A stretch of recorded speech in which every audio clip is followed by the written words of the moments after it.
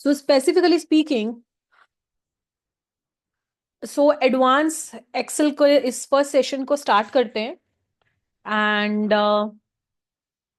Late me, I think screen सबको visible है, but इसकी एडवांस एंट्री केसेस को डिस्कस करने से पहले हम चलते हैं एक बेसिक थ्योरी पे, और फिर मैं आपको वापस से लेके चलूंगी एक्सेल के ऊपर, और बहुत सी ऐसी चीजें सीखेंगे जिनको सीख के आपको एक नॉलेज एनहेंसमेंट होगा, नॉलेज गेन होगा।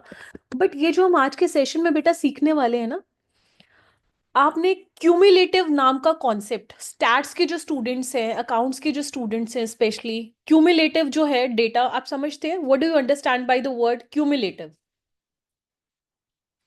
कम on, be participative in the class. Cumulative word से आप क्या समझते हैं? कि जो भी आपकी करंट वैल्यू होती है, when we add that value to the previous one, है ना। बट रेलेवेंस क्या है? प्रैक्टिकली तो सारा कुछ सीख लेंगे, समझ लेंगे, बट कहाँ यूज, कहाँ आएगा? अगर ये सारी चीजें समझ रहे हैं, सो यूज कहाँ आएगा? सो पहले एक इसका टाइप्ड वर्जन सीखते हैं, फिर यूज का भी देखेंगे। जैसे कि ये मेरे पास एक वैल्यू है 1000, है ना। अगर मैंने 1000 में 1500 ऐड कर दिए, 2500 हो गया, तो मैं 2500 को क्या बोलूंगी? It's a cumulative figure for January and February. वही मैं अगर 2500 में 800 और ऐड कर दूं, तो 3300 मेरा क्या बन जाएगा? Cumulative figure for January, February and March. यही मैं अगर 3300 में 1200 ऐड कर दूंगी, तो 4500 मेरा क्या बन जाएगा? Cumulative figure for January, February, March and April. तो सबसे पहले क्यूमुलेटिव वर्ड का आपको मतलब समझ में आ गया, सो दैट इसका मैं आपको थ्योरेटिकल इंट्रिकेसी के बाद बैक टू बैक फॉर्मूला सिखाऊंगी। पहले आपको क्यूमुलेटिव टर्मिनोलॉजी का मतलब क्लियर हुआ? Please give the confirmation so that I can proceed further. जी। अब बेटा इसका रेलेवेंस कहाँ है?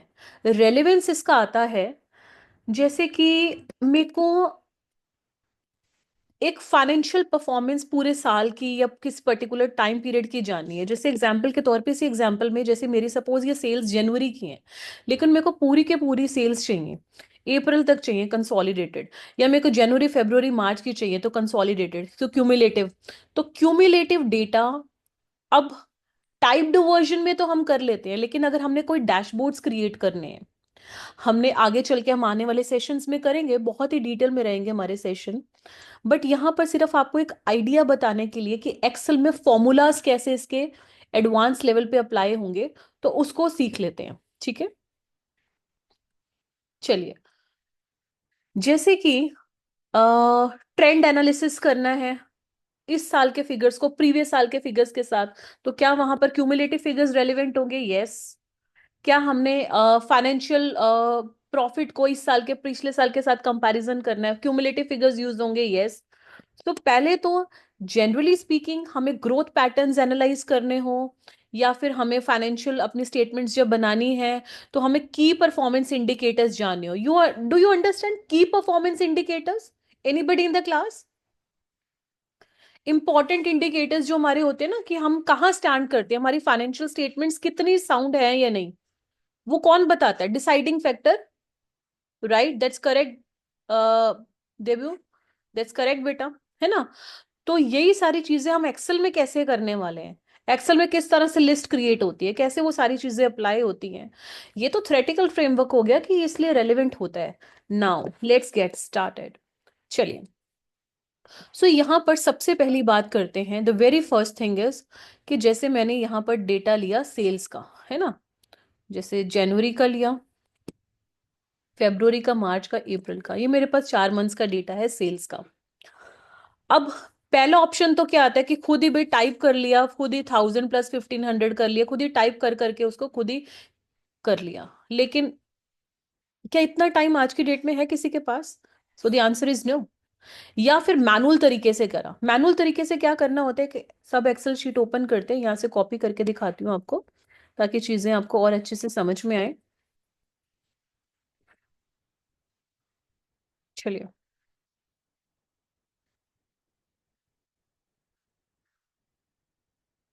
तो फॉन्ट को बड़ा कर लेते हैं। चलिए,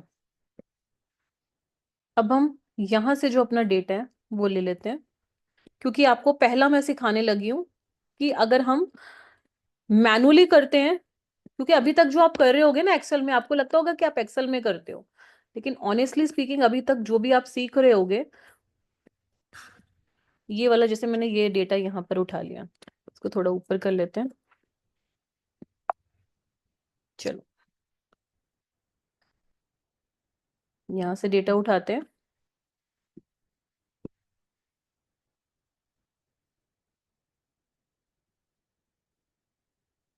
चलो, अब आपको पता क्या लग रहा होगा कि मैम क्यूमुलेटिव तो कितना इजी है, ये वाला हमने यहाँ पर लिया, ठीक है मैम, हमें तो एक्सेल आता है, बस ये कर लिया, प्लस किया मैम, ये कर लिया, हो गया मैम, यही तो है टेक्निक। फिर हमने फिर ये वाला लिया, फिर नेक्स्ट वाला फिर हमने ये वाला लिया, फिर प्लस कर दिया नेक्स्ट वाला, फिर मैम क्यूमुलेटिव आ गया, फिर मैम इक्वल टू लगाया, प्रीवियस वाला लिया, और फिर प्लस करके नेक्स्ट वाला, तो मैम हो तो गया, लगा तो दिया फॉर्मूला एक्सेल में।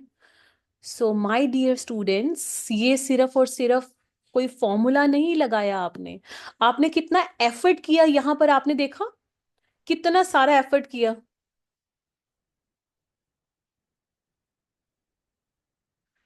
तो यहां पर इसको मैं क्या बोलूंगी, मैनुअल बोलूंगी। ये क्या कैलकुलेशन है, मैनुअल। तो फिर सही तरीका क्या है, ये जो मैंने आपको करके दिखाया है, ये टाइम कंज्यूमिंग मैनुअल है। तो हम कैसे करेंगे, हम आपको सिखाने जा रहे हैं बहुत सारी टेक्निक्स, एक जो क्यूमुलेटिव में सम कैसे करना है, फिर डॉलर वाला कैसे करना है, फिर उसके बाद सम जिसमें कंडीशंस लगानी है वो वाला कैसे करना है। तो धीरे धीरे एक एक को सीखेंगे, ठीक है। तो चलिए सबसे पहले सम वाला एस्पेक्ट क्लियर करते हैं। यही अगर हम बेटा जी फॉर्मूला लगा दें, ठीक है, यहां पर फॉर्मूला कैसे, इक्वल टू सम, जो भी आपका जो भी वैल्यू है, ठीक है, और उसके बाद फिर आपने वो रेलेवेंट उठाया, और उसको मैं अभी शब शब शीट पे भी आपको करके दिखाऊंगी, बट जो सबसे सबसे इंपॉर्टेंट फैक्टर है वो क्या है, यहां पर जो सुपर डुपर रोल प्ले होता है।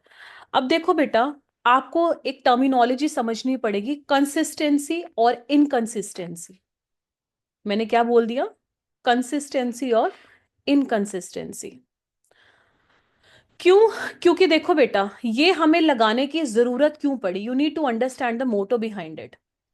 क्योंकि दो देखो बेटा, जो हमारा यहाँ पर फॉर्मूला लगा है, जो यहाँ पर लगा है, जो यहाँ पर लगा है, क्या ये तीनों कंसिस्टेंट है, ये वाले तीनों, क्या ये तीनों कंसिस्टेंट है, यस और no. The answer is yes.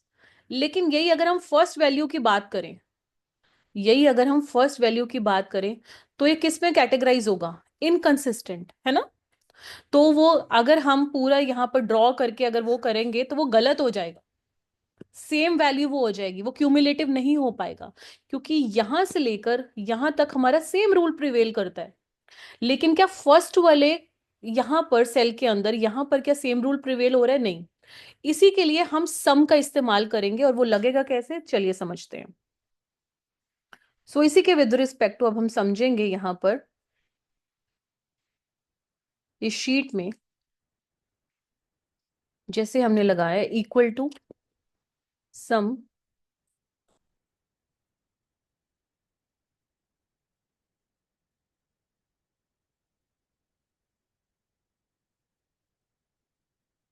और यहां पर जो रेलेवेंट हमारा ये है, और यहाँ पर एक कॉन्सेप्ट आपको और बताना रह गया, वो भी बता दूं, फ्रीजिंग वाला, जो हम आगे जाके यहाँ पर भी सीखेंगे, डॉलर फ्रीजिंग वाला कैसे करना है।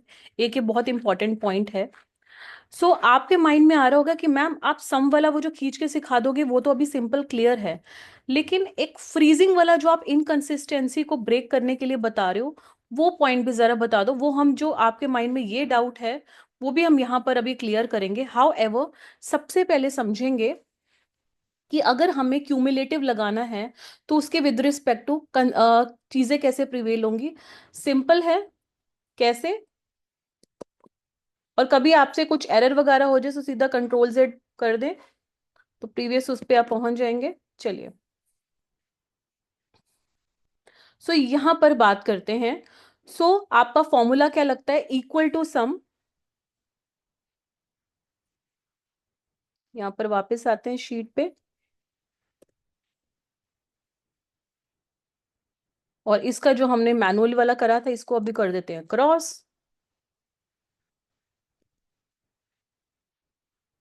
ठीक है, ये नंबर,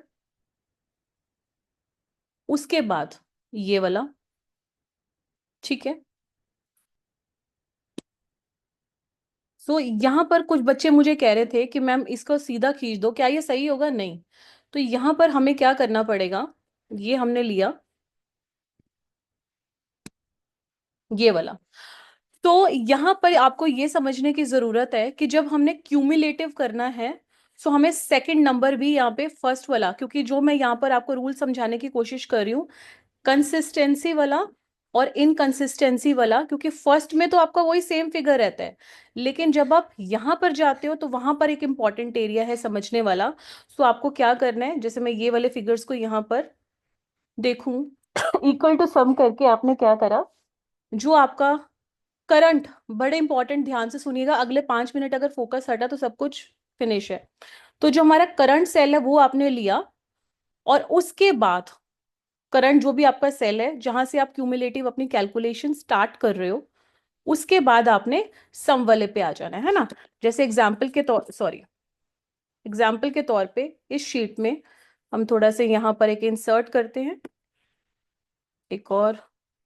ठीक है, चलिए, सम, क्यूमुलेटिव सम। चलिए, अब इक्वल टू सम, ये वाला नंबर, कॉमा दिस वन, और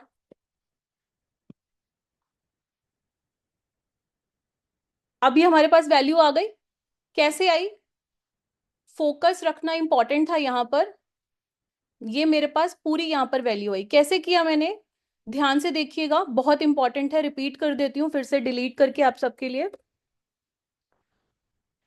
इक्वल टू लगाया, सम लगाया, ब्रैकेट स्टार्ट किया, उसके बाद जो हमारा फर्स्ट नंबर है जहां से हमने क्यूमुलेटिव सम स्टार्ट करना है, जहां से हमने क्यूमुलेटिव सम स्टार्ट करना है उसको सेलेक्ट किया, और उसको सिलेक्ट करने के बाद कॉमा लगा के जहां पर हम चाहते हैं कि उसके बाद वो नेक्स्ट नंबर को क्यूमुलेटिव उठाता जाए, तो वो अकॉर्डिंगली वो वाला हमने नंबर यहां पर उठा लिया और एंटर प्रेस कर दिया, फर्स्ट वाला वो आ गया।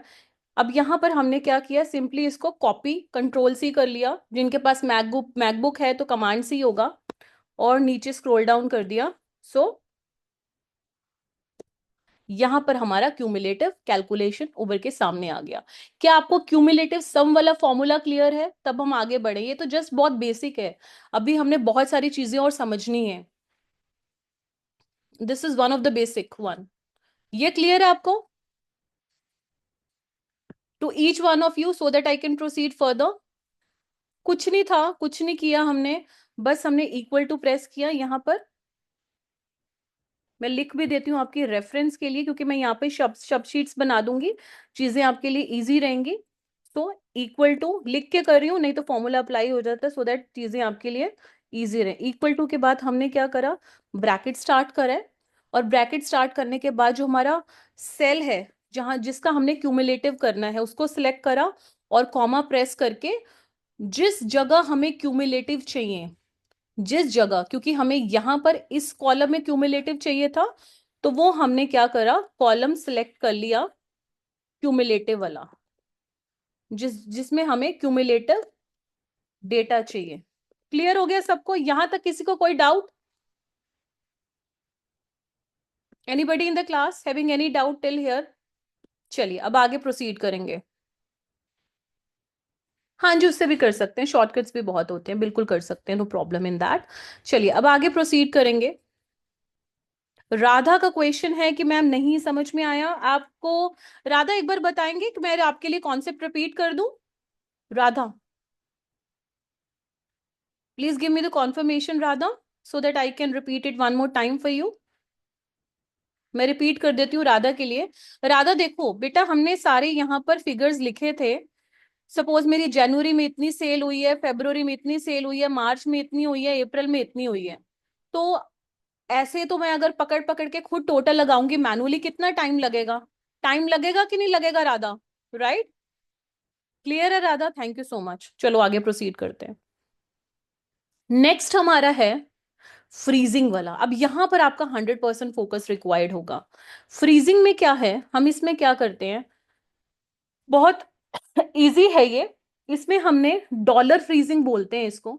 डॉलर फ्रीजिंग में क्या है कि जैसे कि हमारा जो भी रेलेवेंट सेल है, जो हमारा रेलेवेंट सेल है उसको हमने कॉलन लगाना है वहां पर, और जो हमारा, सॉरी, वही सेल है वो दोबारा से लिख के फ्रीज करना है। जैसे मैं यहाँ पर एक और सबशीट ओपन करना चाहूंगी सो दैट आपके लिए वो इजी रहे। यहाँ पर मैं मेंशन भी कर देती हूँ, ये क्यूमुलेटिव सम वाला आ गया, ठीक है, क्यूमुलेटिव सम।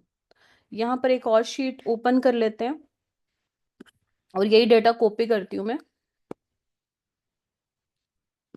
ये डेटा कॉपी कर लिया मैंने और एक और शीट में यहाँ पर कर लेती हूँ। Let me increase the font. चलो,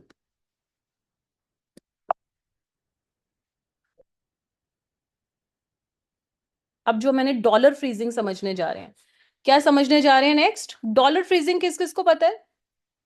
एनीबडी इन द क्लास?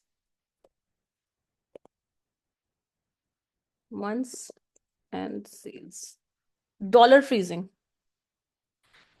चलो मैं ऐसा मान के चल रही हूँ कि अभी आपको जैसे अगर नहीं पता है तो उसको क्लियर करते हैं। Many of the students are like कि मैम फर्स्ट बार ही सुन रहे हैं डॉलर फ्रीजिंग को। चलिए, एक तो बेटा हमने जो यहाँ पर क्यूमुलेटिव सम पूरा समझ लिया, इसमें कोई दिक्कत किसी को है ही नहीं। अब डॉलर फ्रीजिंग समझते हैं, इसको मैं नेम भी दे देती हूँ, डॉलर फ्रीजिंग। जैसे कि मेरे को अब क्यूमुलेटिव सम चाहिए, यस और नो बेटा जी? एक ही चीज को करने की कितनी सारी चीजें हो सकती हैं, तो मैं क्या करूंगी यहाँ पर डॉलर फ्रीजिंग के केस में रेलेवेंट मैं आपको यहाँ पे दिखा भी देती हूँ। जैसे ये वाला है और ये वाला भी अगर हम लगाएं तो हमने क्या सिंपली पता क्या करना है, चलो, इक्वल टू सम, ठीक है, स्टार्ट। जैसे हमारा जो भी सेल है, सेल लिया। अब यहां पर एक इंपॉर्टेंट एस्पेक्ट है, जब भी आप डॉलर फ्रीजिंग की बात करोगे यूजुअली हम क्या लगाते हैं, यूजुअली अगर हम देखा जाए, पहले हम यहां से एक वो एस्पेक्ट हटाते हैं, एक जो मैं आपको इंपॉर्टेंट एरिया बताना चाहती हूँ क्योंकि यहाँ पर कॉलन का यूसेज आएगा, वो मैं आपको पर्सनली यहाँ पर दिखा भी देती हूँ। जब हम क्यूमुलेटिव सम कर रहे थे बेटा जी तो यहां पर कॉमा था, लेकिन जब हम डॉलर फ्रीजिंग करते हैं तो यहां पर कॉलन होता है। तो इस चीज का आपको ध्यान रखना है, इंपॉर्टेंट एस्पेक्ट है। इक्वल टू सम, सेल लिया और मैंने कॉमा नहीं लगाया, कॉलन लगाया यहाँ पे, फिर सेल लिया, ठीक है। लेकिन यहां पर एक इंपॉर्टेंट कैच क्या है कि रो के आगे भी डॉलर लगा दिया और रो और कॉलम दोनों के आगे मैंने क्या लगा दिया, डॉलर। तो सबसे पहले यहां पर दो मेजर डिफरेंसेस हैं। वो दो मेजर डिफरेंसेस क्या हैं कि मैंने एक तो कॉलन यूज की है कॉमा की बजाय, और दूसरा रो और कॉलम में जो मेरा फर्स्ट वाला सेल था उसको मैंने यहां पर फ्रीज किया है, ठीक है। तो मुझे सबसे पहले आप ये बताओ कि फ्रीज करने का क्या रीजन हो सकता है? Anybody in the class, freeze करने का रीजन बताइए। वैल्यूज तो आ जाएंगी, उसमें कोई दिक्कत नहीं है, सीधा कॉपी पेस्ट करके। यहां पर फ्रीज क्यों किया मैंने? डॉलर लगाने का मतलब होता है जब भी हम डॉलर लगाते हैं, यहां पर मैंने फ्रीज कर दिया। बट फ्रीज क्यों किया? Anybody in the class, why? इसका रीजन, क्योंकि मेरा जो फर्स्ट सेल है, जो मेरा फर्स्ट सेल है, वहां पर क्या सेम कंसिस्टेंसी वाला रूल लग रहा है या सेकंड ऑनवर्ड्स लग रहा है? फर्स्ट सेल में इनकंसिस्टेंसी है ना, फर्स्ट सेल में क्या है, फर्स्ट सेल में इनकंसिस्टेंसी है ना। जैसे अगर हम यहां पर बात करें, मैंने यहां पर ये लिया, सो आप देखो, मैं यहाँ पे डबल टच क्लिक करती हूँ तो ये मेरा फर्स्ट वाला फ्रीज है, फिर मैंने सेकंड वाला किया तो यहां पर देखो तो सेकंड वाला फ्रीज होके उसमें वो वाली वैल्यू ऐड हो गई, नेक्स्ट वैल्यू ऐड हो जाती है ना। फिर मैंने ये वाला लिया फिर उसमें डॉलर वाला लग के नेक्स्ट वैल्यू हो गई, वो फ्रीज हो गया, यानी कि पिछला फिगर वो फ्रीज होके उसमें अगला ऐड हो जाएगा और फिर वैल्यू आ जाएगी। यही कॉन्सेप्ट होता है डॉलर के अंदर। तो यानी कि एक ही चीज को करने के हमने एक्सेल के अंदर ही तीन मेथड्स को फिगर आउट कर लिया। अभी कितने मेथड्स को फिगर आउट करा? तीन मेथड्स को। क्या आपको ये क्लियर है? मैं फिर से एक बार दोबारा से करके दिखाना चाहूंगी आपको। हमने क्या किया बेटा? इक्वल टू के बाद किया सम, उसके बाद ब्रैकेट स्टार्ट किए, ब्रैकेट स्टार्ट करने के बाद मैंने रेलेवेंट सेल लिया और कॉमा नहीं लगाया, नहीं लगाया कॉमा, मैंने कॉलन लगाया और फिर यही वाला सेल सिलेक्ट किया और ब्रैकेट क्लोज कर दिया। और उस टाइम पे मैंने ये इंश्योर किया कि मैं यहां पर डॉलर लगा दूं, रो के आगे भी और कॉलम के आगे भी डॉलर लगा दिया मैंने। ठीक है। सो अगर तो आप कॉलन और डॉलर का यूज कर रहे हो तो इस तरह से प्रोसीड करना है, अदरवाइज जो सिंपल क्यूमुलेटिव वाला बताया उससे भी कर सकते हो। अब जैसे कि मैंने यहां पर क्लिक किया, कंट्रोल सी किया, जिनके पास मैकबुक है कमांड सी करेंगे, और नीचे तक मैंने यहां पर उसको कॉपी पेस्ट कर दिया। क्या मेरी क्यूमुलेटिव वैल्यूज आ गई? इससे भी डॉलर वाली टेक्निक से भी आ गई। ये क्या कहलाएगा? डॉलर फ्रीजिंग कहलाएगा। क्या कहलाएगा? Dollar freezing. क्लियर हो गया? चलिए अब आगे प्रोसीड करेंगे। अब अपनी शीट पे आते हैं। तो ये वाला हमारा पॉइंट क्लियर है। ये वाला मैनुअल तो ऑब्वियस ही बात था कि भी मैनुअल में तो सिंपल है, पहला वाला वो सेल लेकर ये फिर मैनुअली खुद ही प्लस दबा रहे हैं, कितना टाइम कंज्यूमिंग हो रहा है ये, है ना? है ना? तो इस चीज की बजाय या तो डॉलर वाला कॉन्सेप्ट कर लो फ्रीज करके, या सम वाला कर लो, चॉइस इज योर्स। ठीक है। लेकिन अब आगे एक important, super duper important aspect आपको मैं बताने जा रही हूं, जो कि बहुत ही क्रूशियल रोल प्ले करता है। ठीक है। सो एक आपको समझने की जरूरत है, वैल्यू एरर, है ना? What do you understand by value error? Excel में वैल्यू एरर से क्या समझते हैं? जब हम यहां पर जैसे कि इक्वल टू सम प्लस सम कर देते हैं, सो वैल्यू एरर किस तरह से आता है वो मैं आपको एक इसमें दिखाना भी चाहूंगी। चलो डॉलर फ्रीजिंग वाले में ही जैसे यहां पर ले लेते हैं।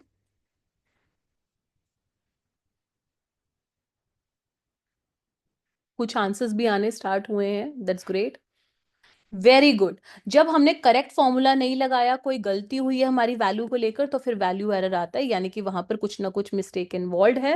एग्जाम्पल के तौर पे जैसे मैंने यहां पर इसी शीट में ले लेते हैं, यहां पर मैं आपको दिखा देती हूँ। ठीक है। एग्जाम्पल के तौर पे हमने जैसे कि यहाँ पर एक सेपरेट शीट में आपको दिखा देती हूँ। चलो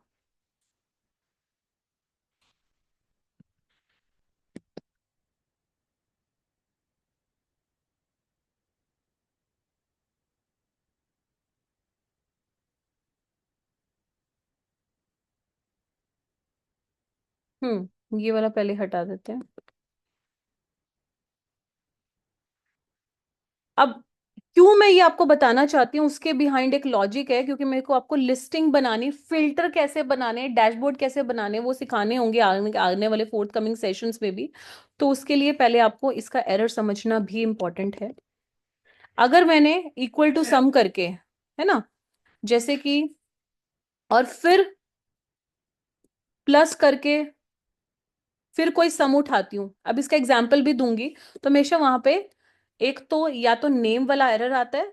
ठीक है। अगर मैंने ये सिर्फ टाइप करके लिया, क्योंकि कुछ भी क्लियर नहीं करा ना, किसका सम क्या सम, तो ये वाला आया। एक वैल्यू वाला भी आता है ना?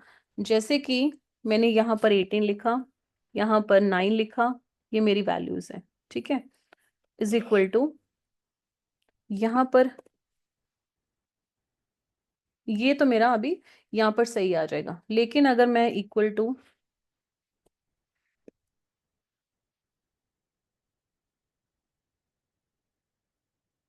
ये, तो नेम वाला आएगा। क्यों? अब यहां पर इस तरह के नेम वाले या वैल्यू वाले जो एरर्स हैं उनको हटाना हो, तो मैं आपको एक डेटा वैलिडेशन बताना चाहूंगी, उस पे आते हैं। फिर हम बैक टू सम इफ वाली कंडीशन पे भी, क्योंकि जो ये वाली कंडीशन मैंने आपको बतानी है ना, जो बहुत इंपॉर्टेंट है, सम आईएफएस, क्योंकि सम आईएफ तो बैन हो गया है, अब सम आईएफएस पूरा समझाना और डेटा वैलिडेशन समझाना है। तो उसके लिए मैं आपको नीचे लेके चलती हूँ। चलिए ये वाले एग्जाम्पल पे। ठीक है, अब अगले 5 मिनट 100% फोकस रखिएगा, क्योंकि बहुत इंपॉर्टेंट रोल प्ले करेगा वो आपके लिए। चलिए, जो हमारा सम फंक्शन होता है वो टेक्स्ट को इग्नोर कर देता है, लेकिन कभी एरर को इग्नोर नहीं करता। एग्जाम्पल की हेल्प से बताऊंगी ना तो बहुत अच्छे से समझ में आएगा। मैंने क्या बोला कि जो हमारा सम फंक्शन होता है वो हमारे टेक्स्ट को इग्नोर कर देता है। जैसे एग्जाम्पल के तौर पे यहां पर मैंने एक टेक्स्ट वैल्यू लिखी हुई है, एक पर्सन का नाम लिखा रमन। वैसे ही उसके बाद मैंने न्यूमेरिकल वैल्यू दे दी, फिर मैंने टू वैल्यू दे दी, है ना। सो अगर मैं यहां पर इक्वल टू रमन, ये मैं अभी डिलीट कर देती हूँ और दोबारा से आपको करके दिखाती हूँ। चलो यहां पर लिखते हैं इक्वल टू सम, और सीधा ही मैं अगर आपको दिखाऊं जैसे ये प्लस, इसका रिजल्ट क्या आना चाहिए? एनीबडी इन द क्लास, अगर मैं यहां पर एंटर प्रेस करूं तो क्या आएगा? Any guesses?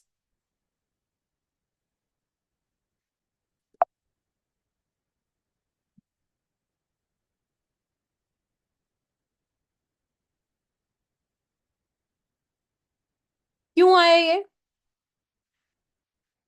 मैनुअली किया था ये मैंने, राइट? यही अगर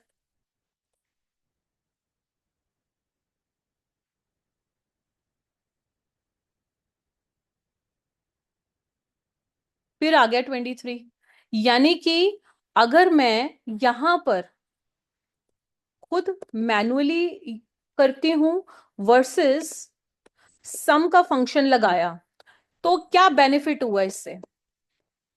any benefit out of it? अगर देखो बेटा जी, यहाँ पे मैं फिर से आपको करके दिखा रही हूँ, there is an important catch over here. अगर मैंने यहाँ पर सिंपल इक्वल टू लिखा था, ये मेरी टेक्स्ट वैल्यू थी, उसके बाद मैंने प्लस लगा दिया, फिर मेरी न्यूमेरिकल वैल्यू आ गई, फिर मेरी न्यूमेरिकल वैल्यू आ गई, है ना, और फिर मैंने एंटर प्रेस कर दिया तो ये मेरा वैल्यू आ गया, जो मैं आपको अभी थोड़ी देर पहले समझाने की कोशिश करी थी। टेक्स्ट और न्यूमेरिकल वैल्यू अगर मैं मैनुअली इस तरह से खुद करने की कोशिश करती हूँ तो वहां पर इस तरह का ये एरर आ जाता है ना। हाउ एवर, यही अगर मैं चीज कैसे करती हूँ, इक्वल टू मैंने सम लगाया एंड टेक्स्ट वैल्यू हो चाहे न्यूमेरिकल वैल्यू हो, तो उस पर्टिकुलर सिचुएशन में मेरे पास उसने टेक्स्ट वैल्यू को इग्नोर करके न्यूमेरिकल वैल्यू का टोटल यहां पर करके मुझे बता दिया। ये क्लियर है कॉन्सेप्ट आपको? Is this concept clear? क्योंकि जब आप क्विक कैलकुलेशंस करते हैं तो आपके लिए बहुत रेलेवेंट होते हैं। अब एक और एस्पेक्ट है, यहां पर मैंने लिखा है but it can not ignore error, लिखा है ना, it can not ignore and error. Error जैसे कि क्या हो सकता है? एग्जाम्पल के तौर पे अगर हम 1 को 0 से डिवाइड करें तो उसका आंसर क्या होगा? किसी भी नंबर को 0 से डिवाइड करो तो क्या होता है आंसर? इन्फिनिटी। यस और नो? एंटर प्रेस करा तो मैं ये हमारा डिविजनल वाला ये एरर आ गया, राइट? अब ये मैंने आपको क्यों बताया है, उसके बिहाइंड एक सुपर इंपॉर्टेंट लॉजिक है। मैंने बोला कि सम का फंक्शन अगर टेक्स्ट है उसको इग्नोर करके न्यूमेरिकल वैल्यू का टोटल आपको बता देगा, लेकिन एरर अगर है तो फिर वो आपको आगे नहीं बता पाएगा। अगर एरर है तो नहीं। जैसे एग्जाम्पल के तौर पे यहां पर बेटा देखें, हम एक छोटा सा एग्जाम्पल और बना लेते हैं यहां पर, ठीक है? चलिए, जैसे मैंने लिखा 22, 12 एंड इक्वल टू 1/0, ठीक है? एक और सबशीट बना के भी आपको बता देते हैं, सो दैट सबशीट्स बनी होंगी तो आपके लिए इजी रहेगा। इसको नाम दे देते हैं टेक्स्ट एंड एरर। जैसे चलो यहां पर मैंने लिया 99, 12 एंड 13, ठीक है? ये मैंने यहां पर नंबर्स ले लिए, जो भी थे कोई नंबर्स, वो मैंने ले लिया यहाँ पे। और अगर आपको कोई आपकी लगता है कि कोई और यहाँ पर कॉलम होना चाहिए तो यहाँ पर आप जाके अपना आगे इंसर्ट कर सकते हैं। अगर रो इंसर्ट करनी है तो यहाँ पर, कॉलम इंसर्ट करना है तो ऊपर कर सकते हैं। तो यहाँ पर करेंगे आप इंसर्ट। चलो नाम दे देते हैं नंबर्स, या फिर कुछ भी नाम दे दो, सीरियल नंबर, या ये आपके कुछ सेल्स हैं, ठीक है, चलो जो भी है। अब यहाँ पर इंपॉर्टेंट एस्पेक्ट जो मैं आपको बताना चाहती हूँ, अगर मैं यहाँ पर इक्वल टू सम करके ये पूरा डेटा उठा लूँ, कोई भी दिक्कत नहीं आएगी, सम मेरे पास आ जाएगा। लेकिन यही अगर मैंने ले लिया इक्वल टू 1/0, जो कि यहाँ पर एरर आ गया। अब मैं सम का फंक्शन यहाँ पे लगाती हूँ, equal to sum bracket start, और ये मैंने यहां तक ले लिया। क्या मेरे पास वैल्यू आई या एरर आया? इज दिस वैल्यू और एन एरर?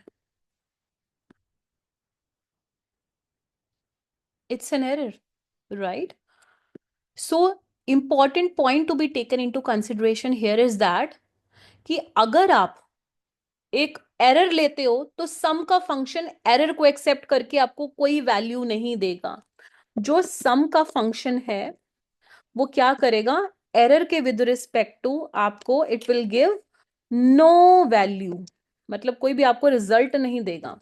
लेकिन यही अगर हम थोड़ा सा एग्जाम्पल को मोल्ड करते हैं, यहाँ पर वही लिख देते हैं सीरियल नंबर जैसे, और यही मतलब यही फिगर्स ले लेते हैं एग्जाम्पल के तौर पे, 99, 12, 13 ले लिया, ठीक है।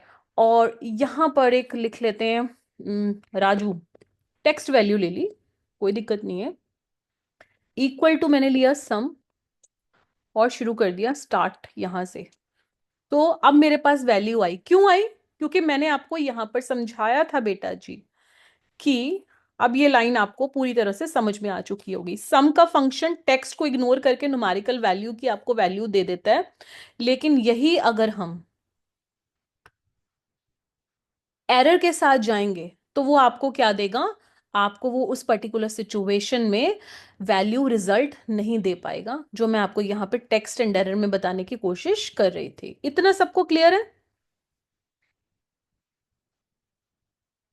टेक्स्ट और एरर का सम फंक्शन में क्या रेलेवेंस है, ये सबको क्लियर है? अच्छा, ये मैं आपको चीज समझा रही हूँ, but you need to understand कि इसकी रेलेवेंस क्या है, क्योंकि जब भी आप डिसीजन मेकिंग पर्पस के लिए एक्सेल में जो भी सारी मतलब अपने फिगर्स को पोस्ट कर रहे हो, कैलकुलेशंस कर रहे हो, सो अगर आपको इतनी बारीक में छोटी छोटी चीजें पता होंगी तो आपके लिए चीजें इजी होंगी। अब आप कहोगे कि मैम ये तो आपने बता दिया, कोई रिजल्ट नहीं है, तो फिर आगे हम मतलब इसके विद रिस्पेक्ट टू प्रोसीड करने का कुछ और है यहाँ पर कि नहीं? तो बेटा जी, knock knock, where there is a will there is a way. जहां प्रॉब्लम भी है सॉल्यूशन भी है, जहां चाह है वहां राह भी है। कैसे? एग्रीगेट फंक्शन समझाऊंगी इसके बाद आपको, ठीक है। चलिए यहाँ पर वापस आते हैं, टेक्स्ट एंड एरर हो गया है ना। अब यही मैं आपको बताती हूँ यहाँ पर एक और अपना एग्रीगेट फंक्शन के विद रिस्पेक्ट टू। चलो अब उस पे आते हैं, इसी जगह आपको समझा देते हैं एग्रीगेट वाला। अब एग्रीगेट फंक्शन में क्या है, इसी जगह समझाते हैं। अब यहां पर उसने एरर दिखा दिया था ना 1/0 की वजह से। लेकिन यही अगर आप सम फंक्शन की जगह एग्रीगेट फंक्शन लगा दोगे तो ये भी इग्नोर हो जाएगा। एग्जाम्पल, चलो यहां पर लेते हैं, वही वैल्यूज ले लो जैसे हमारी यहां पर क्या क्या वैल्यूज थी। एक मैं आपको और इसमें करके दिखाना चाहूंगी, 99, 12 यहां पर ले लेते हैं, तो पहले करते हैं डिलीट और इस पे वापस आते हैं। चलो 99, 12, 13, और यहाँ पे फिर से बेटा इक्वल टू 1/0, जो कि एरर आ गया है ना। चलो अब इसको कैसे डील करें उसको देख लेते हैं। अब क्या ये यहाँ पर मैं सम का फंक्शन अगर लगाऊं तो कुछ रिजल्ट आएगा? The answer is no.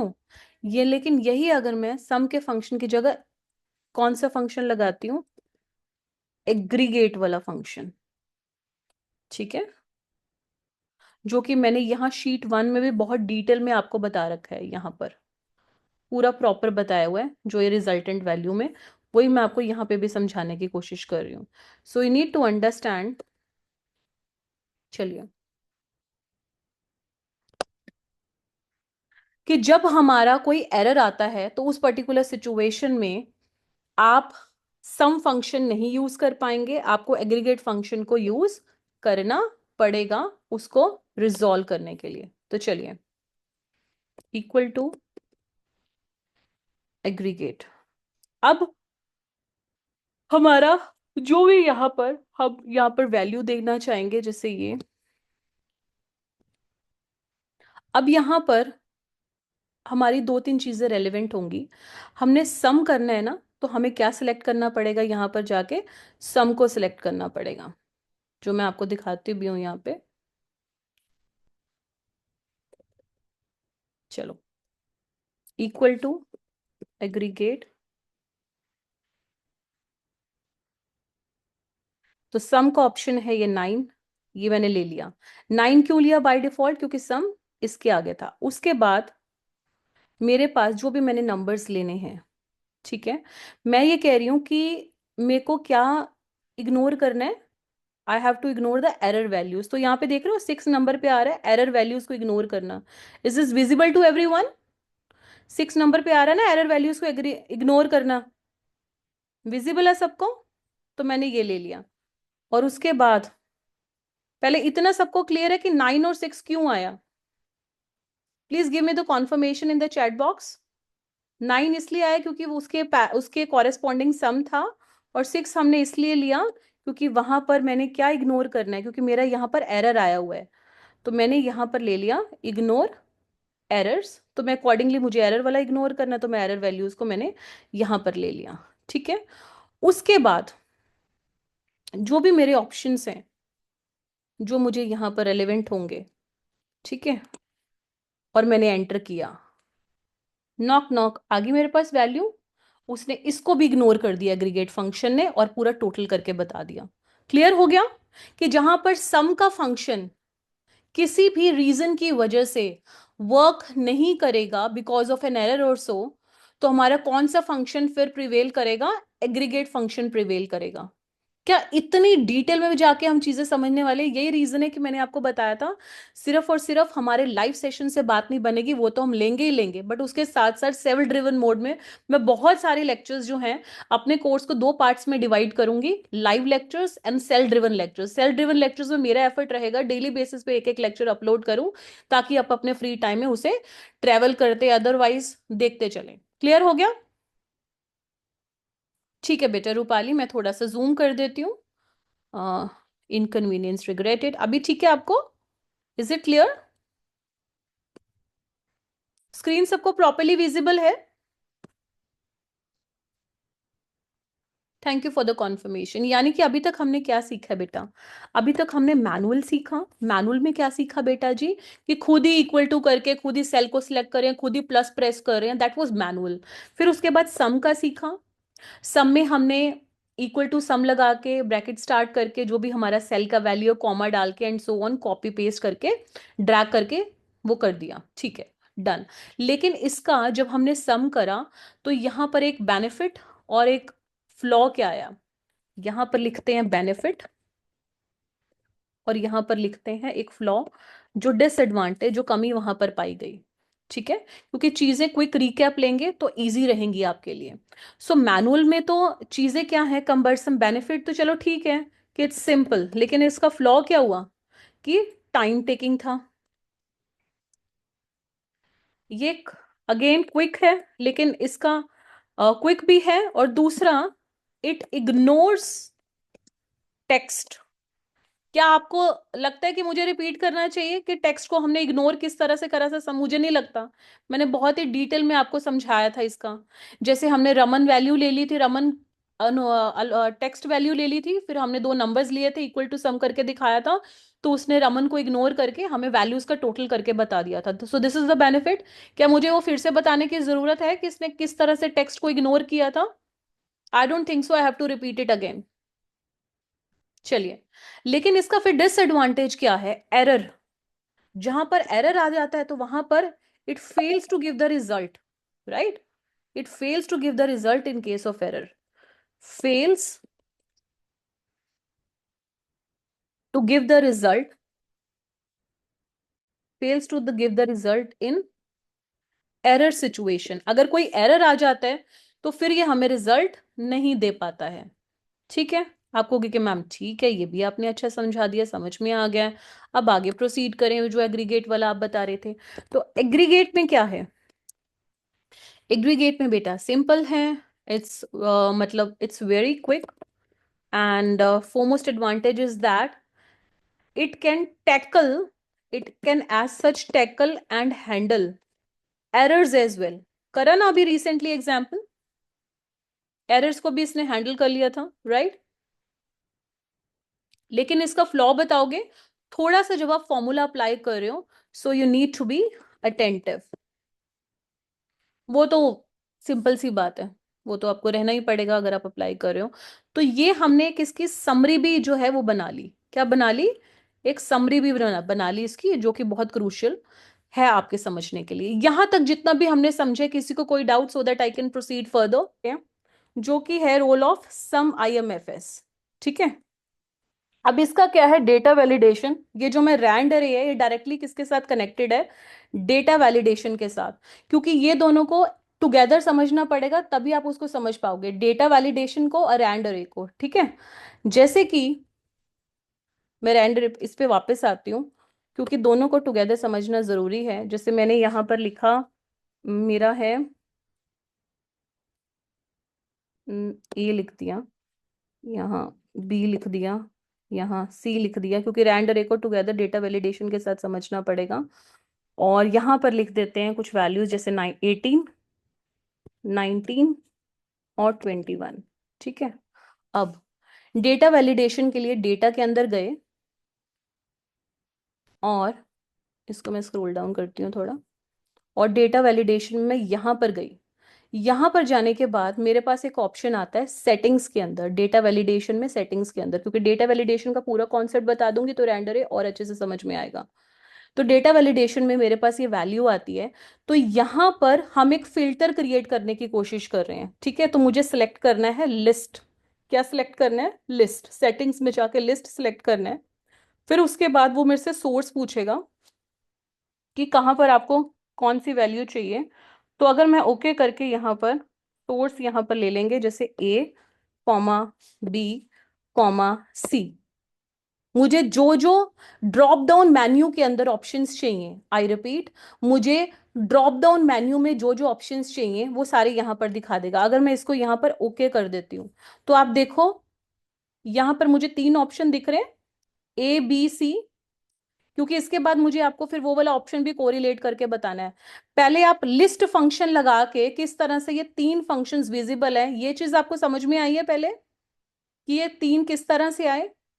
इसकी कॉन्फर्मेशन मुझे चैट बॉक्स में दे दीजिए।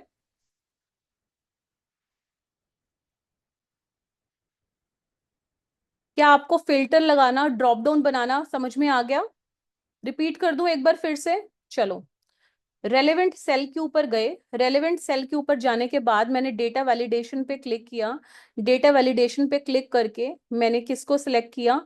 सेटिंग्स में जाके लिस्ट को सिलेक्ट किया। सेटिंग्स में जाके मैंने लिस्ट को सिलेक्ट कर लिया, और लिस्ट को सिलेक्ट करने के बाद मैंने उसमें उसका सोर्स का मतलब ये होता है कौन कौन से ड्रॉप डाउन के ऑप्शन देखना बनाना चाहते हो।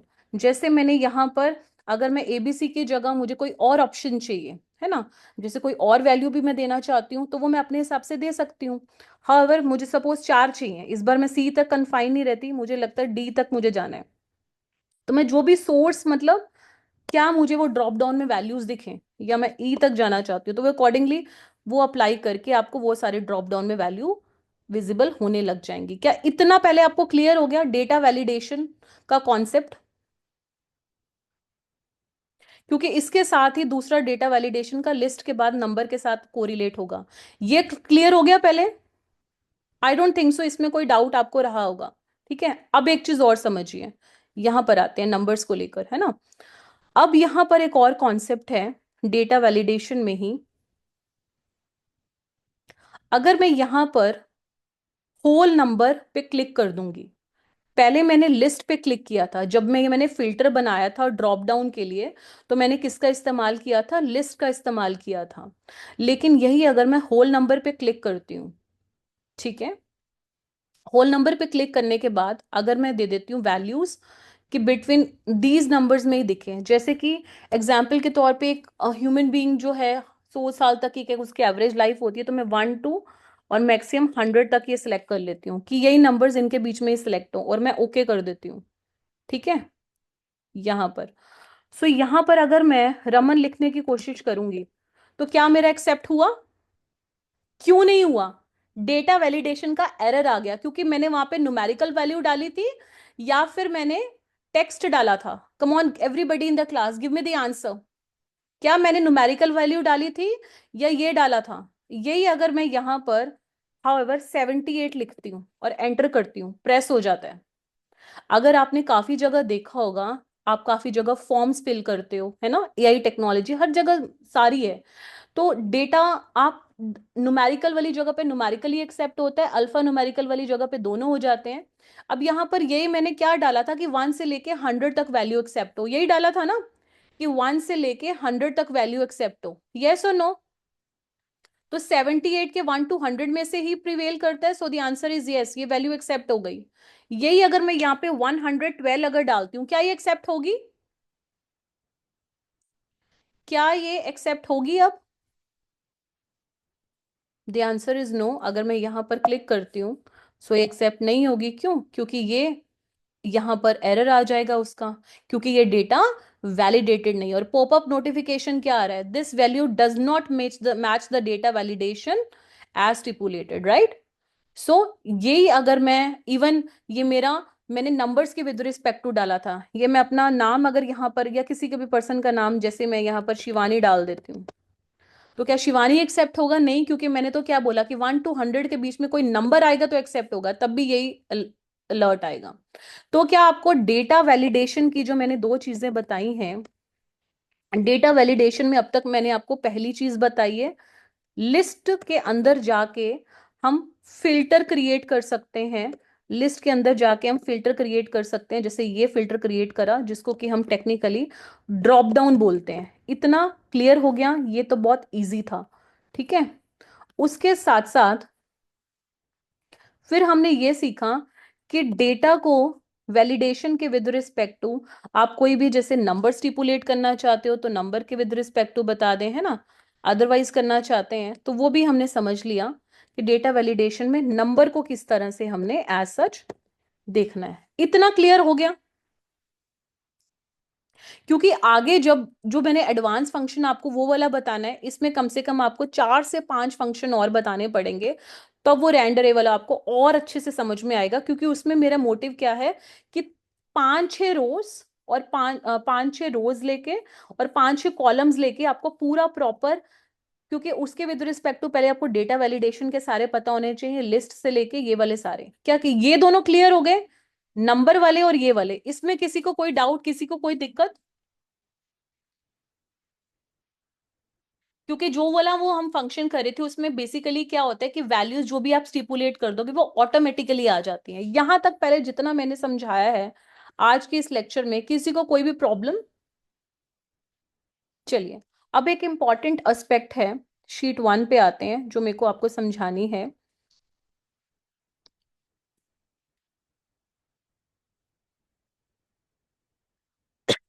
ये आपको समझाने का रीजन क्या था? एक सम आईएफ जो है तो बैन हो गया, लेकिन सम आईएफएस अभी प्रिवेल करता है। क्या है ये?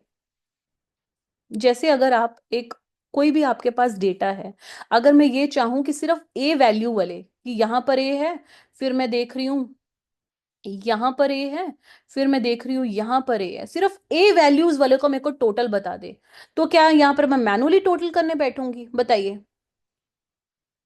क्या यहाँ पर मैं मैनुअली टोटल करने बैठूंगी? The answer is no. तो सबसे पहले तो इसको आपको रेलेवेंस पता होनी चाहिए। किसकी रेलेवेंस? कि सम आईएफएस आप क्यों लगाते हैं? जब आपके सामने कुछ कंडीशंस हो, जब आपके सामने कुछ कंडीशंस हो और वो कंडीशंस के हिसाब से आपको रिजल्टेंट वैल्यू चाहिए हो, तब इसकी सिग्निफिकेंस आती है। ठीक है? जैसे कि मेरे को सिर्फ ए वाली या सिर्फ डी वाली अगर चाहिए, जैसे एग्जाम्पल के तौर पे यहां पर एक शीट लेते हैं और थोड़ा सा साइज बड़ा कर लेते हैं ताकि प्रॉब्लम ना आए, जैसे कुछ बच्चे कह रहे हैं। चलिए, यहां पर मैंने ले लिया ए, फिर ले लिया डी, फिर ले लिया ए, फिर ले लिया सी, फिर ले लिया डी, फिर ले लिया ए, फिर ले लिया ई, फिर ले लिया ए। और उसके सामने मैंने वैल्यूज जैसे डाल दी, 31, 2, 5, 7, 8, 9, 2 एंड, ठीक है, ये वैल्यूज ले ली। यहां तक ये मेरी वैल्यूज आ गई। अब अगर मुझे सिर्फ ए वालों का टोटल या सिर्फ डी वालों का टोटल चाहिए, तो मेरे लिए कौन सा फंक्शन रेलेवेंट होगा? Equal to. अब एक चीज हमेशा समझें, ये वाला जो फंक्शन है बैन हो गया, अब वो प्रिवेल नहीं होता। ये वाला फंक्शन हमने लेना है और उसके बाद हमने आगे जो भी एक यहां पर रेंज स्पेसिफाई करनी है। जैसे एग्जांपल के तौर पे ये वाला सारा, ये मेरी पूरी रेंज आ गई जो मुझे नंबर्स की चाहिए। ठीक है? कॉमा, फिर मुझे इसमें से डेटा उठाना है, ये मैंने पूरा ले लिया। और उसके बाद सपोज मुझे सिर्फ और सिर्फ ए वाले के विद रिस्पेक्ट टू चाहिए कि उसका मेरे को वो जो है कहीं ना कहीं टोटल बता दे, तो आ गया टोटल ए वालों का सिर्फ 49। ठीक है? ये मेरे पास किसका टोटल आया? ए वालों का। यही अगर मैं चाहती हूँ सिर्फ डी वालों को टोटल बता दे, तो वो फिर अकॉर्डिंगली डी का भी आप अकॉर्डिंगली कैलकुलेट कर सकते हैं। सबसे पहले ए का मैं आपको बता देती हूँ कैसे है, उसको मैं रिपीट करना चाहूंगी। इक्वल टू लगाया, सम आईएफएस, ये वाला थर्ड नंबर पे जो आप देख रहे हो फंक्शंस के अंदर, सम वन वाला नहीं, टू वाला इसलिए नहीं अब यूज करते, वो बैन हो गया है। थर्ड वाले पे आए हैं, सम आईएफएस। ये कब यूज होता है? जब आपकी कंडीशंस लगती हैं। सबसे पहले यू नीड टू अंडरस्टैंड ये कब यूज होगा, जब आपकी कंडीशंस लगती हैं।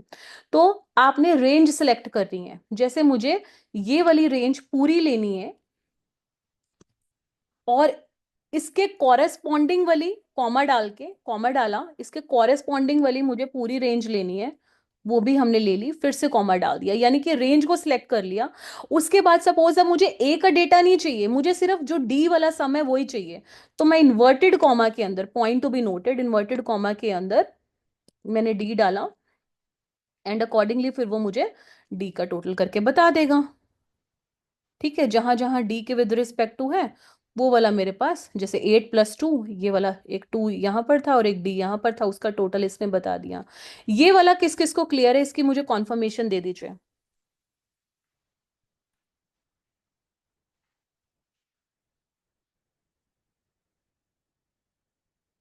सबको क्लियर है ये वाला? सो इन अ नटशेल, इसके विद रिस्पेक्ट टू हमारा फॉर्मूला क्या बना, जो आपको याद रखना है, अदरवाइज भी मैं लिख के बता देती हूँ ताकि वो फॉर्मूला अप्लाई ना हो, एरर ना आए। इक्वल टू के बाद आपने क्या करना है, ब्रैकेट स्टार्ट करना है। ब्रैकेट स्टार्ट करने के बाद आपने पूरी रेंज सिलेक्ट करनी है। रेंज सिलेक्ट करी एक जगह की, फर्स्ट जगह की, फिर दूसरी जगह की आपने रेंज सिलेक्ट करी, फिर कॉमा डाल के आपने इन्वर्टेड कॉमर्स के अंदर, इन्वर्टेड कॉमर्स के अंदर जो भी आपको एक फिल्टर वाली जो वैल्यू जिसके कॉरेस्पॉन्डिंग देखनी है, जो भी आपको सिलेक्ट करनी है, वो इन्वर्टेड कॉमा के अंदर रहेगा। ब्रैकेट क्लोज एंड एंटर, ये आपका इसमें ये प्रिवेल करेगा। ठीक है? एक ये भी चीज हो गई। ठीक है? सो यहां पर अभी तक जो हमने समझा है, वापस चलते हैं ऊपर, सबसे ऊपर। अब इसको थोड़ा सा रिपीट करके समझेंगे। अगर मैंने बेटा यहां पर कुछ कंडीशन लगानी हो कि जैसे सपोज मुझे जनवरी वाले देखने हैं, फेब्रुवरी वाले देखने हैं, सो ये मैं आपको ये लिए एक होम टास्क दे रही हूँ, जो आपको अपने फ्री टाइम में मुझे करके आ, मेल करना होगा। यहाँ पर मैं मेल आईडी अपना जो है वो मेंशन कर देती हूँ।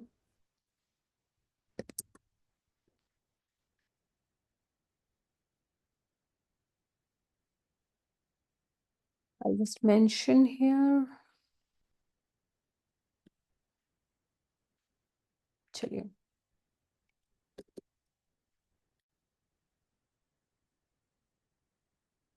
व्हाट्सएप नंबर बहुत एक्सट्रीम सिचुएशन में आपने मेरे को मैसेज करना है, क्योंकि कई बार फिर लेट हो जाता है, तो फिर इसलिए आपको प्रॉब्लम ना आए। हावर आप most of the time email prefer कर सकते हैं, amanakpis@gmail.com। थर्ड प्लेटफॉर्म आपका, आप पोर्टल पे भी क्वेरी रेज कर सकते हैं। सो यहाँ पर आपके जो भी कुछ कंसर्न्स हो वो आप कर सकते हैं। अब पहला इंपॉर्टेंट एस्पेक्ट, जब ये कोर्स अभी थोड़ी देर के बाद पब्लिश कर देगी टेक्निकल टीम, तो यहाँ पर आपको कोर्स के अंदर दो तरह के मॉड्यूल्स मिलेंगे। मॉड्यूल 1 होगा, जो भी हमारे लाइव सेशंस होंगे वो उस मॉड्यूल में अपलोड किए जाएंगे। दूसरा मॉड्यूल आपको मिलेगा सेल्फ ड्रिवन लेक्चर्स का भी। सेल्फ ड्रिवन लेक्चर्स में ये है, क्योंकि बेटा ये सागर है, इसमें सिर्फ थोड़े बहुत लेक्चर से बात नहीं बनेगी, एंड आने वाले टाइम में कॉर्पोरेट इंग्लिश में भी दो मॉड्यूल्स बनेंगे, एक लाइव लेक्चर्स वाले, एक सेल्फ ड्रिवन लेक्चर्स वाले, क्योंकि डेली बेसिस पे, ऑल्टरनेट डे बेसिस पे सारे के सारे लेक्चर्स अपडेट होंगे, ताकि जब भी आपको फ्री टाइम मिले आप उसको देख पाएं। तो सेल्फ ड्रिवन और recorded backup of live sessions, तो पूरे इस तरह से आएंगे दो मॉड्यूल्स के अंदर। अब हम वापस से जितना हमने आज तक अभी पढ़ा है उसको रिपीट कर लेते हैं। तो चलिए, तो यहां पर सबसे पहले हमने सिग्निफिकेंस समझी कि खुद टाइप करा, फिर मैनुअल में हमने क्या करा है कि खुद ही प्लस प्लस करके कर रहे हैं, जो कि बहुत टाइम कंज्यूमिंग है ना। फिर हमने क्या समझा कि इसमें जो कंसिस्टेंट वाले हैं वहां पर तो हम ड्रैग करके वो कर देंगे, लेकिन वही हमारा जो पहला वाला इनकंसिस्टेंस है, तो वो हमारा अगर पूरा हम इसको ड्रैग करके नीचे करें तो हमें सही रिजल्ट वो नहीं देगा। तो हमने क्या सीखा, आपके पास दो ऑप्शंस हैं, एक तो ये सम वाला ऑप्शन है, एक डॉलर फ्रीजिंग वाला ऑप्शन है। उसको आपको कॉन्सेप्ट को मैं रिपीट करवा रही हूँ अब।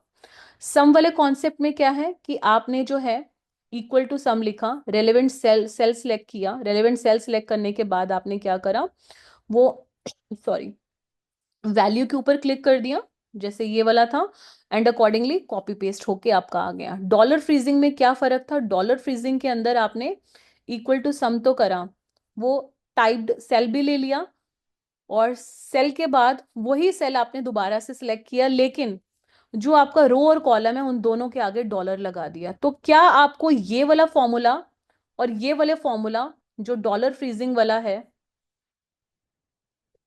यहां पर कोई दिक्कत आ रही है तो मेरे को पूछिए।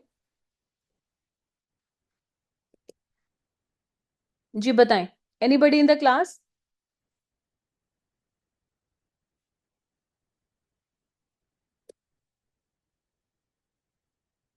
सो दैट मैं आगे रिवीजन करवाऊं फिर। ठीक है, उसके बाद फिर हमने ये समझ लिया, फिर हमने वैल्यू एरर समझा, फिर हमने क्या समझा,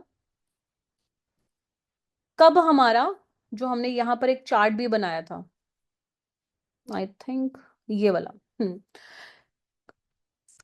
कब हमने सम लगाना है, कब हमने एग्रीगेट फंक्शन लगाना है, तो उसकी भी इंट्रिकेसीज को समझा। फिर उसके बाद हमने क्या समझा,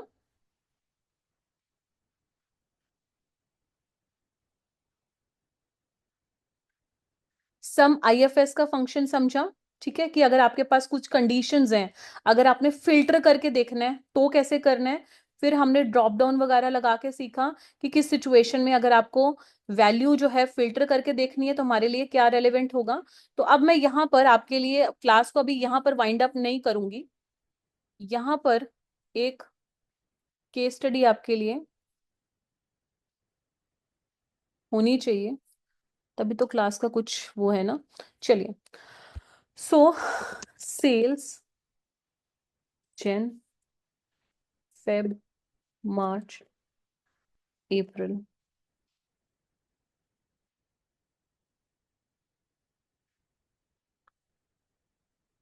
amount in let's suppose INR। क्या आप इस पे मेरे को सारा का सारा अभी लगा के चैट बॉक्स में एक्सेल शीट सेंड करेंगे, कितना आपने सीखा? I am just waiting. क्या क्या लगाना है, मैनुअल सम पहला, ठीक है। दूसरा, अगर मैं आपको बोलूं कि आपको जो मैंने ड्रॉप डाउन वाला सिखाया था ABCD, वही ड्रॉप डाउन में आप जन फेब मार्च का भी कर सकते हो, राइट? जो मैंने आपको क्या सिखाया था, लिस्ट करना सिखाया था ना, फिल्टर लगाना, तो वो आपको मंथ्स के विद रिस्पेक्ट टू फिल्टर लगाना है।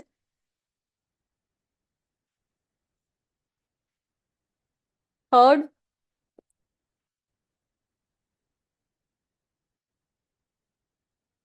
फिर जो मैंने आपको इसके बाद बताया है क्यूमुलेटिव सम, डॉलर वाला, वो वाला करना है आपको।